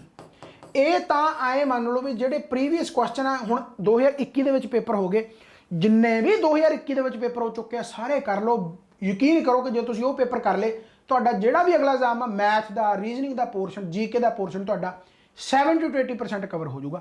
ਹੁਣ ਤੱਕ ਜਿੰਨੇ ਵੀ ਪੇਪਰ ਤੁਹਾਡੇ ਹੋ ਚੁੱਕੇ ਆ, ਜੇ ਤੁਸੀਂ ਉਹੀ ਕਰ ਲਓ। ਤੇ ਪਰ ਇੰਨੀ ਜ਼ਿਆਦਾ ਬੇਈਮਾਨੀ ਆਪਣੇ ਆਪ ਦੇ ਵਿੱਚ ਹੀ ਭਰੀ ਹੋਈ ਆ ਕਿ ਜੇ ਤੁਹਾਡੇ ਸਾਹਮਣੇ ਮੈਂ ਅੱਜ ਵੀ ਪਟਵਾਰੀ ਦਾ ਜਿਹੜਾ ਪੇਪਰ ਹੋਇਆ, ਉਹਦਾ ਚਾਹੇ ਪ੍ਰੀ ਐਗਜ਼ਾਮ ਹੋਵੇ, ਚਾਹੇ ਮੇਨਸ ਐਗਜ਼ਾਮ ਹੋਵੇ, ਜਾਂ ਕੋਈ ਜੇਲ੍ਹ ਵਾਰਡਨ ਦਾ ਹੋਇਆ, ਜਾਂ ਕੋਈ SI ਦਾ ਪੇਪਰ ਹੋਇਆ, ਜਾਂ ਕੋਈ ਵੀ ਪੇਪਰ ਹੋਇਆ, ਇੰਨੀ ਜ਼ਿਆਦਾ ਬੇਈਮਾਨੀ ਆਪਣੇ ਆਪ ਦੇ ਨਾਲ ਕਰ ਰੱਖੀ ਹੈ ਤੇ ਕਿਸਮਤ ਨੂੰ ਦੋਸ਼ ਦਿੰਨੇ ਆ। ਜੇ ਪਟਵਾਰੀ ਪ੍ਰੀ ਜਾਂ ਪਟਵਾਰੀ ਮੇਨਸ ਦਾ ਮੈਂ ਪੇਪਰ ਅੱਜ ਤੁਹਾਡੇ ਸਾਹਮਣੇ ਰੱਖਦਾ ਕਿ ਲੈ ਜਿਹੜਾ ਨੈਕਸਟ ਪੇਪਰ ਹੈ ਉਹ ਲੀਕ ਹੈ ਤੇ ਆਹ ਪੇਪਰ ਆਊਗਾ ਜਿਹੜਾ ਆਇਆ ਹੋਇਆ ਪਟਵਾਰੀ ਮੇਨਸ ਜਾਂ ਪ੍ਰੀ ਦੇ ਵਿੱਚ, ਯਕੀਨ ਮੰਨੋ ਕਿ ਜਿਹੜਾ ਪੇਪਰ ਤੁਸੀਂ ਆਪ ਦੇ ਕੇ ਆਏ ਹੋ, ਉਸ ਤੋਂ ਬਾਅਦ ਤੁਸੀਂ ਇੰਨਾ ਕੁ ਉਹਦਾ ਐਨਾਲਿਸਿਸ ਵੀ ਨਹੀਂ ਕੀਤਾ ਕਿ ਤੁਹਾਡੇ 120 ਦੇ ਵਿੱਚੋਂ 115 ਨੰਬਰ ਆ ਜਾਣ। ਅੱਜ ਵੀ ਇਹੋ ਜਿਹੇ ਬਹੁਤ ਜਵਾਕ ਹੋਣਗੇ, ਜੇਕਰ ਉਹ ਪਟਵਾਰੀ ਪ੍ਰੀ ਦੇ ਕੇ ਆਇਆ ਜਾਂ ਮੇਨਸ ਦੇ ਕੇ ਆਇਆ, ਉਹੀ ਪੇਪਰ ਸੇਮ ਉਹਨਾਂ ਦੇ ਸਾਹਮਣੇ ਰੱਖਦਾ ਤਾਂ 120 ਦੇ ਵਿੱਚੋਂ ਅੱਜ ਵੀ ਉਹਨਾਂ ਦੇ 60-70 ਨਹੀਂ ਟੱਪਦੇ। ਤੇ ਇਹ ਸਭ ਤੋਂ ਮਾੜੀ ਗੱਲ ਹੈ। ਯਾਨੀ ਕਿ ਪ੍ਰੀਵੀਅਸ ਪੇਪਰ, ਜਦੋਂ ਵੀ ਤੁਸੀਂ ਕੋਈ ਵੀ ਪੇਪਰ ਦੇ ਕੇ ਆਉਣੇ ਹੋ, ਸਿੰਪਲ ਜੀ ਗੱਲ ਹੈ, ਮੈਂ ਬਿਹਾਰ PCS ਕਦੇ ਪੇਪਰ ਨਹੀਂ ਦਿੱਤਾ, ਮੈਂ UP PCS ਕਦੇ ਪੇਪਰ ਨਹੀਂ ਦਿੱਤਾ, ਪਰ ਉਹਨਾਂ ਦਾ ਪੇਪਰ ਛੱਡਿਆ ਕੋਈ ਨਹੀਂ। ਕਹਿਣ ਦਾ ਮਤਲਬ ਕੀ ਆ ਕਿ ਬਿਹਾਰ ਦੇ ਵਿੱਚ ਹੋਇਆ ਕੋਈ ਚੱਕਰ ਨਹੀਂ, ਪਰ PCS ਤਾਂ ਹੈ। ਬਿਹਾਰ ਦੀ ਨੌਲੇਜ ਨਹੀਂ ਲੈਣੀ ਨਾ ਲਓ, ਬਟ ਘੱਟੋ ਘੱਟ ਪੇਪਰ ਨੂੰ ਦੇਖੋ, ਪੇਪਰ ਨੂੰ ਵਾਚੋ, ਉਸ ਪੇਪਰ ਦਾ ਐਨਾਲਿਸਿਸ ਕਰੋ। ਹਰਿਆਣੇ ਦੇ ਕਿੰਨੇ ਪੇਪਰ ਹੁੰਦੇ ਆ, ਪੂਰੇ ਇੰਡੀਆ ਦੇ ਵਿੱਚ ਕਿੰਨੇ ਪੇਪਰ ਹੁੰਦੇ ਆ। ਜਦੋਂ ਤੁਸੀਂ ਪੇਪਰ ਕਰਨ ਲੱਗ ਗਏ, ਜਿੰਨੇ ਪੇਪਰ ਕਰੋਗੇ ਉਨਾ ਜ਼ਿਆਦਾ ਫਾਇਦਾ ਹੋਊਗਾ। ਬਲੀਵ ਮੀ ਕਿ ਜਿਹੜੇ PCS ਦੇ ਪੇਪਰ ਹੁੰਦੇ ਆ, ਚਾਹੇ BPSC ਹੈ, ਚਾਹੇ ਹਰਿਆਣਾ PCS ਹੈ, ਚਾਹੇ UP ਦਾ ਹੋ ਗਿਆ, ਚਾਹੇ ਹਿਮਾਚਲ ਦਾ ਹੋ ਗਿਆ, ਪੰਜਾਬ ਦਾ ਹੋ ਗਿਆ, ਇਹ ਉਹਨਾਂ ਦੇ ਹੀ ਪੇਪਰ ਕਲੀਅਰ ਹੋ ਜਾਂਦੇ ਆ ਜਿਨ੍ਹਾਂ ਨੇ ਇਕੱਲੇ ਪੇਪਰ ਹੀ ਸੋਲਵ ਕੀਤੇ ਹੁੰਦੇ ਆ। ਥਿਊਰੀ ਹਮੇਸ਼ਾ ਨਹੀਂ ਪੜ੍ਹਨੀ ਚਾਹੀਦੀ। ਜੇਕਰ ਤੁਸੀਂ 60 ਤੋਂ 70% ਥਿਊਰੀ ਪੜ੍ਹ ਰੱਖੀ ਹੈ, ਜੇਕਰ ਤੁਸੀਂ 60 ਤੋਂ 70% ਥਿਊਰੀ ਪੜ੍ਹ ਰੱਖੀ ਆ, ਤਾਂ ਉਸ ਤੋਂ ਬਾਅਦ ਥਿਊਰੀ ਪੜ੍ਹਨਾ ਬੰਦ ਕਰ ਦਿਓ, ਸਿਰਫ ਕਰੋ MCQ। ਕਾਰਨ MCQ ਨੂੰ ਰੱਟਾ ਨਹੀਂ ਲਾਉਣਾ, ਤੇ MCQ ਕਰਨੇ ਕਿਹੜੇ ਆ, ਜਿਹੜੇ ਲੈਵਲ ਦੇ ਆ, ਕਨਸੈਪਟ ਵਾਈਜ਼ PCS ਲੈਵਲ ਦੇ ਕੁਐਸਚਨ ਕਰੋ, ਤਾਂ ਕਿ ਤੁਹਾਡੇ ਵਨ ਲਾਈਨਰ ਤਾਂ ਆਪਣੇ ਆਪ ਹੀ ਹੋ ਜਾਣਗੇ। ਹੁਣ ਨਾਇਬ ਤਹਿਸੀਲਦਾਰ ਦੇ ਵਿੱਚ ਤੁਸੀਂ ਜੇਕਰ ਇਹ ਮੰਨਦੇ ਹੋ ਕਿ ਫੰਡਾਮੈਂਟ ਰਾਈਟ ਕਿੱਥੋਂ ਆਇਆ, ਫੰਡਾਮੈਂਟ ਰਾਈਟ ਕਿੰਨੇ ਆ, ਐਮਰਜੈਂਸੀ ਪ੍ਰੋਵੀਜ਼ਨ ਕਿੱਥੋਂ ਆਇਆ, ਕਿਤੋਂ ਆਪਾਂ ਕਿਹੜਾ ਸੋਰਸ ਹੈ, ਜਾਂ ਕੌਨਸਟੀਟਿਊਸ਼ਨ ਕਦੋਂ ਅਡਾਪਟ ਕੀਤਾ ਗਿਆ, ਕਦੋਂ ਇੰਪਲੀਮੈਂਟ ਕੀਤਾ ਗਿਆ, ਪ੍ਰੈਜ਼ੀਡੈਂਟ ਨੂੰ ਕੌਣ ਅਪੁਆਇੰਟ ਕਰਦਾ, ਕੌਣ ਕਿਹੜਾ ਆਰਟੀਕਲ ਆ ਉਹ ਇੰਪੀਚਮੈਂਟ ਹੁੰਦੀ ਆ। ਕੁਐਸਚਨ ਇਹੋ ਜਿਹੇ ਆਉਣਗੇ, ਪਰ ਕੁਐਸਚਨ ਆਉਣਗੇ ਘੁਮਾ ਕੇ, ਸਟੇਟਮੈਂਟ ਵਾਈਜ਼ ਆਉਣਗੇ। ਜੇ ਤੁਸੀਂ ਇਹ ਮੰਨਦੇ ਹੋ ਕਿ ਐਵੇਂ ਵਨ ਲਾਈਨਰ ਕੁਐਸਚਨ ਆ ਜਾਣਗੇ ਤਾਂ ਗਲਤ ਹੋ ਸਕਦਾ ਆ ਜਾਣ, ਪਰ ਨਾਇਬ ਤਹਿਸੀਲਦਾਰ ਦੀ ਪੋਸਟ ਐਸੀ ਆ ਕਿ ਉਹਦਾ ਲੈਵਲ ਜੇ ਉੱਚਾ ਚੱਕਣਾ ਉਹਨਾਂ ਨੇ ਹੋਇਆ ਤਾਂ ਉਹ PCS ਦਾ ਪ੍ਰੀਲਿਮਸ ਲੈਵਲ ਚੱਕ ਸਕਦੇ ਆ। ਇਹ ਮੈਂ ਡਰਾ ਨਹੀਂ ਰਿਹਾ, ਮੈਂ ਹਮੇਸ਼ਾ ਕਹਿੰਦਾ ਕਿ ਤਿਆਰੀ ਕਰਕੇ ਜਾਓ, ਔਖੇ ਦੀ ਸੌਖਾ ਆਪਣੇ ਆਪ ਹੋ ਜਾਣਾ। ਆਊਟ ਆਫ ਦਾ ਬਾਕਸ ਕਦੇ ਜਾਣ ਨੂੰ ਨਹੀਂ ਕਹੂੰਗਾ, ਆਊਟ ਆਫ ਦਾ ਗਰਾਊਂਡ ਕਦੇ ਜਾਣ ਨੂੰ ਨਹੀਂ ਕਹੂੰਗਾ, ਪਰ ਜੇਕਰ 400 ਮੀਟਰ ਦੀ ਦੌੜ ਹੈ ਤਾਂ 500 ਮੀਟਰ 600 ਮੀਟਰ ਲਾਉਣੀ ਚਾਹੀਦੀ ਆ ਤੇ ਪੈਂਦੀ ਹੈ, ਰਾਈਟ। ਇਹ ਨਹੀਂ ਹੈਗਾ ਕਿ 400 ਮੀਟਰ ਦੀ ਦੌੜ ਆ ਤੇ ਆਪਾਂ 200 ਲਾ ਲਿਆ ਵੀ 215 ਮਿੰਟਾਂ 'ਚ ਕੱਢ ਕੇ ਤੇ 400 ਮੈਂ ਅੱਧੇ ਘੰਟੇ 'ਚ ਕੱਢ ਜੂੰਗਾ, ਮੈਨੂੰ ਨਹੀਂ ਪਤਾ ਟਾਈਮ ਦਾ, ਖੈਰ। ਪਰ ਤਿਆਰੀ ਆਪਾਂ ਨੂੰ ਥੋੜੀ ਜਿਹੀ ਵੱਧ ਦੀ ਕਰਨੀ ਪੈਂਦੀ ਹੈ। ਤੇ ਮੈਂ ਹੁਣ ਦੱਸਣ ਤਾਂ ਆਇਆ ਕਿਉਂਕਿ ਸ਼ਨੀਵਾਰ ਅੱਜ ਆ, ਚਲੋ ਅੱਜ ਤਾਂ ਹੁਣ ਪਹਿਲਾਂ ਹੀ ਮੈਂ ਅਵੇਲੇਬਲ ਨਹੀਂ ਸੀਗਾ, ਪਰ ਐਤਵਾਰ ਕਰਕੇ ਮੈਨੂੰ ਵੀਡੀਓ ਪਾਉਣੀ ਪਈ, ਮੇਰੇ ਕੋਲ ਪਹਿਲਾਂ ਹੀ ਟਾਈਮ ਨਹੀਂ ਸੀਗਾ ਕਿ ਮੈਂ ਪਾ ਦਾਂ, ਤਾਂ ਕਿ ਜਿਨ੍ਹਾਂ ਨੇ ਵੀ ਆਉਣਾ ਉਹ ਆ ਜਾਣ, ਤਾਂ ਕਿ ਉਹ ਜ਼ਿਆਦਾ ਪਿੱਛੇ ਨਾ ਰਹਿ ਜਾਣ। ਇਸ ਵਾਰੀ ਬਸ YouTube ਤੇ ਵੀਡੀਓ ਪਈ ਨਹੀਂ, ਉਹਦੇ ਲਈ ਸੌਰੀ ਹੈ। ਪਰ ਕੋਰਸ ਆਲਰੇਡੀ ਲਾਂਚ ਹੋ ਚੁੱਕਿਆ, ਟੈਲੀਗ੍ਰਾਮ ਗਰੁੱਪ ਹੈ, ਫੇਸਬੁੱਕ ਗਰੁੱਪ ਹੈ। ਫੇਸਬੁੱਕ ਤਾਂ ਚਲੋ ਫਿਰ ਵੀ ਨਹੀਂ ਚੱਲਦੀ, ਟੈਲੀਗ੍ਰਾਮ ਗਰੁੱਪ ਹੈ, ਐਪਲੀਕੇਸ਼ਨ ਸਿੱਧਾ ਇੰਸਟਾਲ ਕਰ ਲਓ, ਤੁਹਾਨੂੰ ਉੱਥੇ ਨੋਟੀਫਿਕੇਸ਼ਨਾਂ ਵੀ ਆਈ ਜਾਣਗੀਆਂ, ਲਿੰਕ ਤੁਹਾਨੂੰ ਡਿਸਕ੍ਰਿਪਸ਼ਨ ਦੇ ਵਿੱਚ ਵੀ ਮਿਲ ਜਾਣਗੇ। ਜੁਆਇਨ ਕਰੋ, ਜੁਆਇਨ ਕਰਨ ਤੋਂ ਪਹਿਲਾਂ ਜੋ ਕਲਾਸਿਸ 1-2 ਫ੍ਰੀ ਪਈਆਂ ਉਹਨਾਂ ਨੂੰ ਦੇਖੋ, ਤਾਂ ਕਿ ਤੁਹਾਨੂੰ ਇੱਕ ਡਿਫਰੈਂਸ ਪਤਾ ਲੱਗੇ ਕਿ ਹਾਂ ਆਸੇ-ਪਾਸੇ ਮਾਹੌਲ ਕੀ ਆ ਤੇ ਆਪਣੇ ਇੱਥੇ ਕੀ ਆ। ਰਾਈਟ। ਘੱਟੋ ਘੱਟ ਆਪਣਾ 100% ਦਿਓ, ਉਸ ਤੋਂ ਬਾਅਦ ਜੋ ਹੋਣਾ ਬਾਬੇ ਨਾਨਕ ਤੇ ਡੋਰਾ ਛੱਡੋ। ਇੰਨਾ ਕੁ ਤੁਹਾਨੂੰ ਆਸੇ ਪਾਸੇ ਕਰਨ। ਨਾਸਤਿਕ ਹੋ, ਮੇਰੇ ਹਿਸਾਬ ਦੇ ਨਾਲ ਸਭ ਤੋਂ ਵੱਡਾ ਨਾਸਤਿਕ ਉਹੀ ਹੈ ਜਿਹੜਾ ਸਭ ਤੋਂ ਵੱਡਾ ਆਸਤਿਕ ਹੈ। ਕਹਿਣ ਦਾ ਮਤਲਬ ਨਾਸਤਿਕ ਆ ਨੇਚਰ ਨੂੰ ਮੰਨਦੇ ਤੇ ਨੇਚਰ ਹੀ ਭਗਵਾਨ ਹੈ, ਨੇਚਰ ਤੋਂ ਉੱਤੇ ਕੋਈ ਵੀ ਨਹੀਂ ਹੈਗਾ। ਰਾਈਟ। ਚਲੋ ਖੈਰ ਇਹ ਗੱਲਾਂ ਫਿਲੋਸਫੀਕਲ ਆ, ਇਹਨਾਂ ਨੂੰ ਕੋਈ ਜ਼ਿਆਦਾ ਮੈਟਰ ਨਹੀਂ ਕਰਦਾ। ਤਾਂ ਇੱਕ ਤਾਂ ਮੈਂ ਇਹੀ ਕਹਿਣਾ ਸੀ ਕਿ ਜਦੋਂ ਤੱਕ ਸਰਕਾਰ ਹੈ ਉਦੋਂ ਤੱਕ ਸਰਕਾਰੀ ਨੌਕਰੀ ਹੈ, ਤੇ ਜਦੋਂ ਤੱਕ ਤੁਹਾਡਾ ਐਂ ਕਹਿ ਲਓ ਵੀ ਯਾਨੀ ਕਿ ਅਗਲੇ 4-5 ਸਾਲ 6 ਸਾਲ 7 ਸਾਲ ਜੋ ਵੀ ਹੈ, ਯਾਨੀ ਅਗਲੇ 10-15 ਸਾਲ ਤੁਹਾਡੀਆਂ ਵੈਕੈਂਸੀਆਂ ਕਿਤੇ ਨਹੀਂ ਜਾਂਦੀਆਂ। ਤੁਸੀਂ ਤਾਂ ਅਗਲੇ 2 ਸਾਲਾਂ 'ਚ ਜੋਬ ਲੈਣੀ ਹੈ, ਤੁਸੀਂ ਟੈਨਸ਼ਨ ਨਾ ਲਓ। ਹਾਂ, ਤੁਹਾਡੇ ਬਾਲ ਬੱਚੇ ਟੈਨਸ਼ਨ ਲੈਣਗੇ ਜਦੋਂ ਤੁਹਾਡੇ ਜਵਾਕ ਹੋ ਗਏ, ਵੱਡੇ ਹੋ ਗਏ, ਉਹ 20-22 ਸਾਲ 25-25 ਸਾਲ ਹੋ ਗਏ, ਪਤਾ ਨਹੀਂ ਉਦੋਂ ਕਿਹੋ ਜਿਹਾ ਮਾਹੌਲ ਹੋਊਗਾ, ਉਹਨੂੰ ਇਮੈਜਿਨ ਕਰਨ ਦੀ ਕੋਈ ਲੋੜ ਨਹੀਂ ਹੈਗੀ। ਅਗਲੇ 5 ਸਾਲ ਤੁਹਾਡੇ ਸਿਕਿਉਰ ਹੈ, ਸੋ ਆਪਣੇ ਅਗਲੇ 2 ਸਾਲ ਜੋ ਵੀ ਬੈਸਟ ਤਿਆਰੀ ਕਰੋ, ਪੇਪਰ ਕਰੈਕ ਕਰੋ ਤੇ ਆਪਣੀ ਜ਼ਿੰਦਗੀ ਸੁਧਾਰੋ। ਬਟ ਇੰਨੀ ਗੱਲ ਜ਼ਰੂਰ ਕਹੂੰਗਾ ਕਿ ਜੇਕਰ ਤੁਸੀਂ 100% ਤਿਆਰੀ ਕਰਦੇ ਹੋ, ਪੇਪਰ ਕਰੈਕ ਹੋਵੇ ਨਾ ਹੋਵੇ, ਪਰ ਤੁਹਾਡੀ ਜਿਹੜੀ ਨੌਲੇਜ ਆ ਉਹ ਇੰਨੀ ਕੁ ਜ਼ਿਆਦਾ ਕੰਮ ਆਊਗੀ, ਤੁਹਾਨੂੰ ਆਪਣੇ ਆਪ ਨੂੰ ਫੀਲ ਹੋਊਗਾ ਕਿ ਹਾਂ ਯਾਰ ਮੈਂ ਕੁਝ ਅਚੀਵ ਕੀਤਾ ਹੈ। ਰਾਈਟ। ਪਰ ਆਪਣੇ ਆਪ ਦੇ ਨਾਲ ਧੋਖਾ ਕਦੇ ਨਾ ਕਰੋ, ਤਿਆਰੀ ਕਰੋ, ਖੂਬ ਤਿਆਰੀ ਕਰੋ। ਤੇ ਬਾਕੀ ਉਹਨਾਂ ਨੂੰ ਗੁਜ਼ਾਰਿਸ਼ ਜਿਹੜੇ ਮੇਰੇ ਤੋਂ ਆਲਰੇਡੀ ਪੜ੍ਹ ਰਹੇ ਆ, ਜਿਹੜੇ ਰਿਵਿਊ ਮੈਨੂੰ ਬਹੁਤ ਵਧੀਆ ਦਿੰਦੇ ਆ ਕਿ ਸਰ ਤੁਸੀਂ ਬਹੁਤ ਵਧੀਆ ਪੜ੍ਹਾਉਂਦੇ ਹੋ, ਪਲੀਜ਼ ਆਸੇ-ਪਾਸੇ ਜ਼ਰੂਰ ਸ਼ੇਅਰ ਕਰਿਆ ਕਰੋ, ਕਿਉਂਕਿ ਅੱਜ ਦੀ ਮਾਰਕੀਟ ਦੀ ਡਿਮਾਂਡ ਇਹ ਆ। ਮੈਨੂੰ ਬਹੁਤ ਸਾਰੇ ਕਾਲਾਂ ਕਰਕੇ ਕਹਿ ਦਿੰਦੇ ਆ ਕਿ ਸਰ ਪਟਵਾਰੀ ਦਾ ਰਿਜ਼ਲਟ ਆਇਆ, ਐਕਸਾਈਜ਼ ਦਾ ਆਇਆ, ਜਾਂ ਉਸ ਤੋਂ ਪਹਿਲਾਂ ਰਿਜ਼ਲਟ ਬਹੁਤ ਆਇਆ, ਵੀ ਤੁਸੀਂ ਫੋਟੋਆਂ ਕਿਉਂ ਨਹੀਂ ਪਾਉਂਦੇ। ਮੈਨੂੰ ਬਹੁਤ ਜਣੇ ਕਹਿ ਦਿੰਦੇ ਆ ਕਿ ਸਰ ਤੁਸੀਂ ਫੋਟੋਆਂ ਨਹੀਂ ਪਾਉਂਦੇ, ਤੁਸੀਂ ਮੈਸੇਜ ਤੁਸੀਂ ਪ੍ਰਮੋਟ ਨਹੀਂ ਕਰਦੇ ਆਪਣੇ ਆਪ ਨੂੰ। ਲੋੜ ਹੀ ਨਹੀਂ ਫਿਲਹਾਲ, ਕਿਉਂਕਿ ਮੈਂ ਜਿੱਥੋਂ ਪੜ੍ਹ ਕੇ ਆਇਆ ਉੱਥੇ ਮੈਂ ਕਦੇ ਕਿਸੇ ਦੀ ਫੋਟੋ ਨਹੀਂ ਦੇਖੀ ਲੱਗੀ ਕਿ ਹਾਂਜੀ ਆਹ ਫਲਾਨਾ ਆਪਣੇ ਚੋਂ ਪਹਿਲੇ ਰੈਂਕ ਤੇ ਆਇਆ, ਦੂਸਰੇ ਰੈਂਕ ਤੇ ਆਇਆ। ਹਾਂ, ਲੋੜ ਪਈ ਮੈਂ ਕਰੂੰਗਾ ਜ਼ਰੂਰ, ਪਰ ਮੈਨੂੰ ਹਜੇ ਫਿਲਹਾਲ ਇਹ ਟੈਕਟਿਕ ਕਰਨੇ ਨਹੀਂ ਆਉਂਦੇ। ਦੱਸ ਦਿੰਦਾ ਕਿ ਪਟਵਾਰੀ ਦੇ 3 ਕੈਟਾਗਰੀਆਂ ਦੇ ਵਿੱਚੋਂ ਪਹਿਲੇ ਰੈਂਕ ਤੋਂ ਆਪਣੇ ਹੀ ਸਟੂਡੈਂਟ ਹੈ, ਚਾਹੇ ਉਹ ਤੁਹਾਡੇ EWS ਆ। ਹਾਂ, ਜਨਰਲ ਦੇ ਵਿੱਚੋਂ ਨਹੀਂ ਆਇਆ, ਪਰ ਇਹ ਮੰਨੋ ਵੀ ਜੋ ਮੈਨੂੰ ਯਾਨੀ ਕਿ ਡਾਇਰੈਕਟ ਕਾਲਾਂ ਆਈਆਂ ਉਹਦੇ ਵਿੱਚੋਂ 70-80 ਸਟੂਡੈਂਟ ਆ ਜਿਹੜੇ ਪਟਵਾਰੀ ਲੱਗ ਚੁੱਕੇ ਆ। ਜੇਲ੍ਹ ਵਾਰਡਨ ਦਾ ਫਿਜ਼ੀਕਲ ਹੋਇਆ ਜਾਂ ਉਸ ਤੋਂ ਫਿਜ਼ੀਕਲ ਹੋਣਾ ਜਾਂ ਉਸ ਤੋਂ ਪਹਿਲਾਂ ਪੇਪਰ ਹੋਇਆ, ਹੈੱਡ ਕਾਂਸਟੇਬਲ ਦੇ ਹੋਇਆ ਜਾਂ ਉਸ ਤੋਂ ਪਹਿਲਾਂ SI ਦੇ ਵੀ, ਚਲੋ ਠੀਕ ਹੈ, ਉਹ ਤਾਂ ਪੇਪਰ ਕੈਂਸਲ ਹੋ ਗਿਆ। ਸਿਲੈਕਸ਼ਨਾਂ ਬਹੁਤ ਹੋਈਆਂ, ਪਰ ਮੈਂ ਇਹਨਾਂ ਚੀਜ਼ਾਂ ਤੇ ਬਿਲੀਵ ਨਹੀਂ ਰੱਖਦਾ ਕਿ ਮੈਂ ਉਹਨਾਂ ਨੂੰ ਪ੍ਰੋਪਰ ਦੱਸਾਂ। ਬਸ ਮੇਰਾ ਇੰਨਾ ਹੀ ਆ ਕਿ ਜੇਕਰ ਮੈਂ ਵਧੀਆ ਪੜ੍ਹਾ ਰਿਹਾ ਤਾਂ ਸਟੂਡੈਂਟ ਆਪਣੇ ਆਪ ਹੀ ਪ੍ਰਮੋਟ ਕਰਦੇ ਆ। ਪਰ ਅੱਜ ਦੇ ਟਾਈਮ ਦੀ ਇਹ ਡਿਮਾਂਡ ਜ਼ਰੂਰ ਹੈ ਕਿ ਇੰਨਾ ਕੁ ਬੋਲੋ ਕਿ ਸ਼ੇਅਰ ਕਰੋ, ਤੇ ਕੋਸ਼ਿਸ਼ ਕਰਾਂਗੇ ਕਿ ਭਈ ਆਉਣ ਵਾਲੇ ਟਾਈਮ ਦੇ ਵਿੱਚ ਮੈਂ ਜਿਹੜੇ ਸਿਲੈਕਟਡ ਆ, ਕਿਉਂਕਿ ਹਜੇ ਮੈਂ ਵੇਟ ਕਰ ਰਿਹਾ ਕਿ ਜਿੰਨਾ ਟਾਈਮ ਜੁਆਇਨਿੰਗ ਨਹੀਂ ਹੁੰਦੀ ਉਨਾ ਟਾਈਮ ਰੌਲਾ ਨਹੀਂ ਪਾਉਣਾ ਚਾਹੀਦਾ। ਜਦੋਂ ਜੁਆਇਨਿੰਗ ਹੋਊਗੀ ਤਾਂ ਮੈਂ ਪ੍ਰੋਪਰ ਤਰੀਕੇ ਨਾਲ ਇੰਟਰਵਿਊ ਵਗੈਰਾ ਲੈ ਕੇ ਆਊਂਗਾ, ਤਾਂ ਕਿ ਆਸੇ-ਪਾਸੇ ਪਤਾ ਲੱਗੇ ਕਿ ਹਾਂ ਕਿਵੇਂ ਪੜ੍ਹਾਈ ਕੀਤੀ ਜਾਂਦੀ ਆ। ਚਾਹੇ ਉਹਨਾਂ ਨੇ ਜਿੱਥੋਂ ਮਰਜ਼ੀ ਪੜ੍ਹਾਈ ਕੀਤੀ ਹੋਵੇ, ਜਿੱਥੋਂ ਮਰਜ਼ੀ ਉਹਨਾਂ ਨੇ ਮਟੀਰੀਅਲ ਲਿਆ ਹੋਵੇ, ਆਪਾਂ ਬਿਲਕੁਲ ਫਰੈਂਕ ਹੋ ਕੇ ਉਹਨਾਂ ਤੋਂ ਪੁੱਛਾਂਗੇ ਕਿ ਕਿਸ ਤਰੀਕੇ ਨਾਲ ਹੋਰ ਤਿਆਰੀ ਕੀਤੀ ਜਾ ਸਕਦੀ ਹੈ। ਰਾਈਟ। ਤੇ ਬਾਕੀ ਭਾਈ ਤੁਹਾਨੂੰ ਮੈਂ ਦੱਸ ਹੀ ਦਿੱਤਾ ਕਿ ਤੁਸੀਂ ਤਿਆਰੀ ਕਰਦੇ ਰਹੋ, ਤੁਹਾਡਾ ਜੋ ਕਾਮਯਾਬੀ ਵਾਲਾ ਗੇਟ ਆ ਉਹ ਤੁਹਾਡੇ ਨੇੜੇ ਹੀ ਆ, ਬਸ ਮੁੜੋ ਨਾ। ਰਾਈਟ। ਤੇ ਪੋਸਟਾਂ ਆਉਂਦੀਆਂ ਰਹਿਣਗੀਆਂ, ਬਲੀਵ ਮੀ। ਆਪਣਾ ਜੋ ਵੀ ਤੁਹਾਡੇ ਕਹਿ ਲਓ ਵੀ ਟਾਰਗੇਟ ਰੱਖੇ ਹੋਏ ਉਹ ਸਭ ਪੂਰੇ ਹੋਣਗੇ। ਬਾਬੇ ਨਾਨਕ ਤੇ ਡੋਰਾ ਛੱਡਿਆ ਕਰੋ, ਬਸ ਆਪਣੀ ਮਿਹਨਤ, ਓਨੈਸਟੀ, ਕੰਸਿਸਟੈਂਸੀ, ਪ੍ਰੈਕਟਿਸ ਦੇ ਨਾਲ ਕਰਦੇ ਰਿਹਾ ਕਰੋ। Bye bye, take care. ਤੇ ਜਲਦੀ ਤੋਂ ਜਲਦੀ ਕੋਰਸ ਇਨਰੋਲ ਕਰ ਲਓ, ਤੇ ਉਸ ਤੋਂ ਬਾਅਦ ਫਿਰ ਮੰਗਲਵਾਰ ਜਾਂ ਸੋਮਵਾਰ ਈਵਨਿੰਗ ਨੂੰ ਮੈਂ ਕੰਟੀਨਿਊ ਕਰੂੰਗਾ ਸਾਰੀਆਂ ਕਲਾਸਾਂ। Thank you very much. ਬਾਬਾ ਮਿਹਰ ਕਰੇ, ਚੜ੍ਹਦੀ ਕਲਾ ਚ ਇਸੇ ਤਰੀਕੇ ਨਾਲ ਪੜ੍ਹਦੇ ਰਹੋ। Thank you very much.